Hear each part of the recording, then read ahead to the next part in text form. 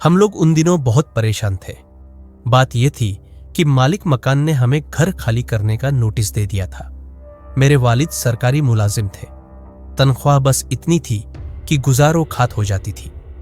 मैं अभी झेरे तालीम था। मुझसे 2 छोटी बहनें थीं, वो भी स्कूल में पढ़ रही थी। लिहाजा आमदनी का कोई दूसरा वसीला नहीं था। ऐसे में अपना घर बनाना तो दूर की बात थी, कोई माकूल घर किराए पर भी नहीं ले सकते थे।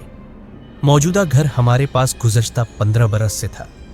मालिक मकान वक्फे वक्फे से किराया बढ़ाता रहा था, मगर उसे भी अंदाजा था कि अब्बा की तनख्वाह कितनी है। फिर हमारे आपस में ताल्लुकात भी थे। इस बिना पर भी मालिक मकान लिहाज करता था, मगर कब तक। आखिर उसे यही तरकीब सूझी कि मकान खाली करवाकर उसमें कुछ रद्दो बदल करके नए किराएदारों को ज्यादा किराए पर दे दे। दूसरा फायदा उसे यह था कि एडवांस की माकूल रकम मिल जाती। हमसे तो उसने कोई रकम नहीं ली थी। अब्बा को भी एहसास हो गया था कि मालिक मकान क्या चाहता है। अब्बा उस पोजीशन में नहीं थे कि मुंह मांगा किराया अदा कर सकते, सो उन्होंने भी इसमें आफियत जानी कि कोई और मकान तलाश कर ले। जिस मकान में हम रह रहे थे वह पुरानी तर्ज का था, नक्शा भी आम सा था।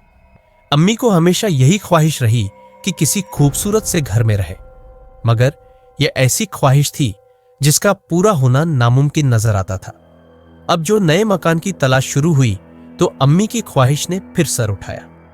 मुझे बड़ा दुख होता था कि मेरी अम्मी सुबह से शाम तक हम लोगों की खिदमत करती रहती है। कभी अच्छा पहना न अच्छा खाया, छोटी छोटी ना आसूदा ख्वाहिशों के जाल में जकड़ी रही। वह इस पुरानी तर्ज के घर को भी सजाती संवारती रहती थी। आंगन कच्चा था, मगर अम्मा ने पानी छिड़क छिड़क कर सीमेंट जैसा बना दिया था। दीवारों के साथ साथ गुलाब मोतिया के पौधे और दीवार पर चमेली छड़ी हुई थी। बरामदे में गमलों पर कैरो फेरो कर उसमें सदाबहार पौधे लगाकर उसे सजाया हुआ था। उनकी बड़ी ख्वाहिश थी कि अल्लाह मियाँ कभी उनके दिन भी फेर दे और उन्हें भी एक खूबसूरत घर मिल जाए। यह ऐसी ख्वाहिश थी जो अक्सर उनकी जबान पर आ जाती थी। अब्बा उनकी इस ख्वाहिश पर चिढ़ जाते और अक्सर ही दोनों में तल्ख कलामी हो जाती। अब मालिक मकान ने जब मकान खाली करवाने का तहिया कर ही लिया तो नाचार अब्बू को नया घर ढूंढना पड़ा। अब्बा चाहते थे कि घर ऐसी जगह हो जहां से मेरा कॉलेज और बहनों का स्कूल करीब पड़े, बस स्टॉप भी दूर न हो और मार्केट भी करीब हो, आबादी भी अच्छी हो।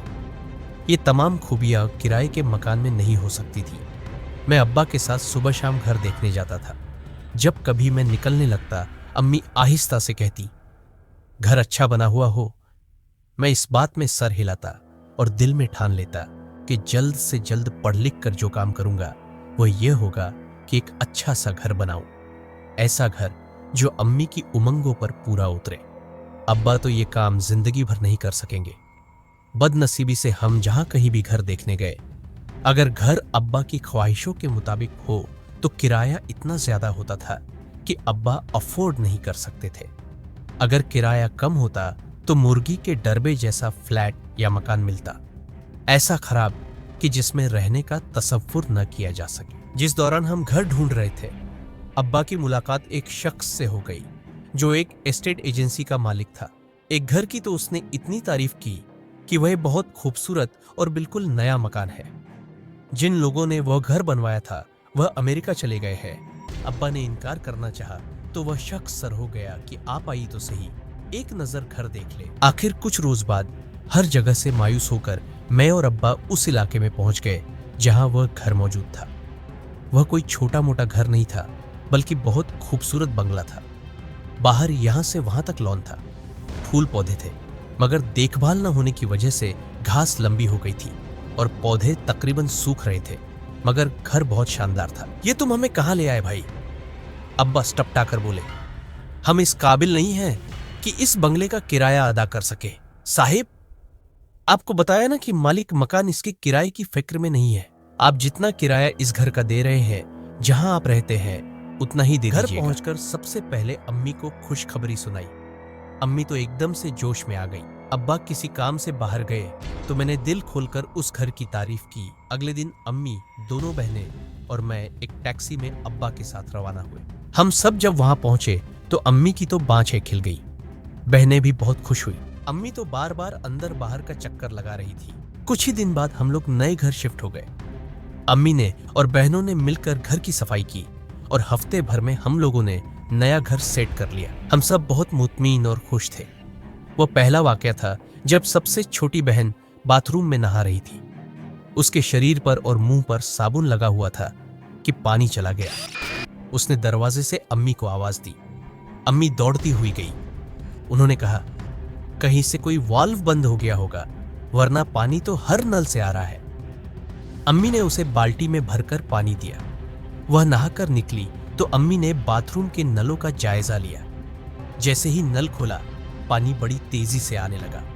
अम्मी ने बहन को डांटा कि उसे सही तरह से नल खोलना नहीं आया। अम्मी ने नल बंद किया और बाहर निकलने लगी तो नल फिर खुल गया। अम्मी बड़ी हैरान हुई कि अभी तो नल अच्छी तरह बंद किया है। मुझे थोड़ा बहुत प्लम्बर का काम आता था। मैंने सारे नल चेक किए, सब ठीक थे। सब में पानी आ रहा था और बंद करने पर बंद हो रहा था। हम लोगों ने मामले पर तवज्जो नहीं दी और अपने अपने कामों में मसरूफ हो गए। 2-4 दिन बाद बाथरूम में मुंह धो रहा था कि नल बंद हो गया। मैंने हर नल चेक किया, बेसिन का नल भी बंद था। मैं नाचार बाहर निकला और दूसरे बाथरूम में मुंह धोने चला गया। मैं नल बंद करके बाहर निकल रहा था कि नल खुद ब खुद खुल गया और तेजी से पानी गिरने लगा।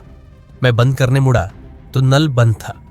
मैं बहुत हैरान हुआ कि क्या मामला है। मैंने अम्मी को बताया तो वह बोली, खुदा जाने इस घर के नलों में क्या चक्कर है, जिन्नात होंगे।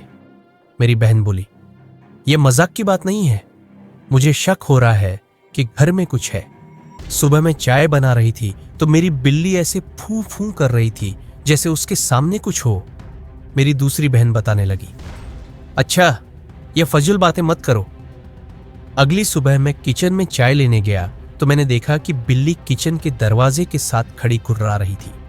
उसके शरीर का एक एक बाल खड़ा हुआ था, दम फूली हुई थी और वह अपने सामने देख देख कर इस तरह आवाजें निकाल रही थी जैसे किसी चीज से खौफजदा हो।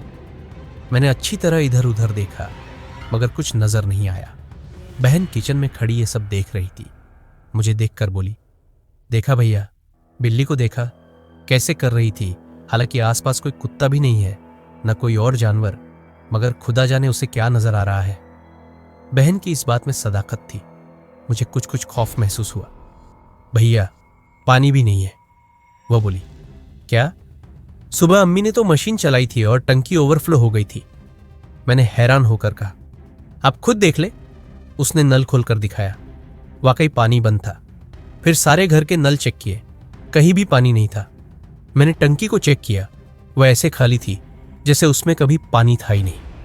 लो, एक और मुसीबत आ गई। कॉलेज को देर हो रही है। मैंने झल्ला का टैंक खोला मगर उसमें पत्थर भरे हुए थे। पहले तो आंखों पर यकीन नहीं आया। भागकर अम्मी को बुलाया। उन्होंने भी तस्दीक की कि टैंक में पानी के बजाय पत्थर भरे हुए हैं। अम्मी परेशान हो गई। हमारे एक मामू थे रिश्ते के, वह इब्नॉर्मल थे, बहुत कम बात करते थे। किसी ने मुंह धुला दिया तो धो लिया, वरना हफ्तों यूं ही घूमते थे। बड़ी मामी सऊदी अरब जाने लगी तो उन्हें हमारे पास छोड़ गई। उन्हें आए हुए 1-2 रोज ही हुए थे कि कमरे से उनकी चीखने की आवाजें आने लगी। वह बाथरूम के दरवाजे में खड़े थे। जिस तरह बिल्ली किसी चीज को देखकर खौफजदा हो जाती थी और उसका रवा रवा खड़ा हो जाता था, उसी तरह मामू के सर के बाल खड़े हुए थे। उनका रंग बिल्कुल सफेद हो रहा था और वह हाथ उठा उठाकर कह रहे थे, यह हमें अंदर नहीं आने दे रहा। मैं आगे बढ़ा। अम्मी, अब्बू और बहनें सब जमा हो गए। कौन? मामू, कौन आगे बढ़ने नहीं दे रहा? मैंने हिम्मत करके आगे बढ़कर पूछा। मुझे बाथरूम में कुछ नजर नहीं आया। यह, इसके दांत बाहर है और सर पर सींग है। उन्होंने अंधेरे बाथरूम में इशारा किया। अम्मी ने इतनी देर में आयतों का वर्द शुरू कर दिया। पता नहीं मामू को क्या नजर आ रहा था। फिर वह अचानक नॉर्मल हो गए। गया गया, वह जर्द हो बोले। 3-4 दिन सुकून से गुजरे। मैं लॉन में बैठा था। असर का वक्त था कि अचानक मेरे सामने एक सांप का फन लहराया।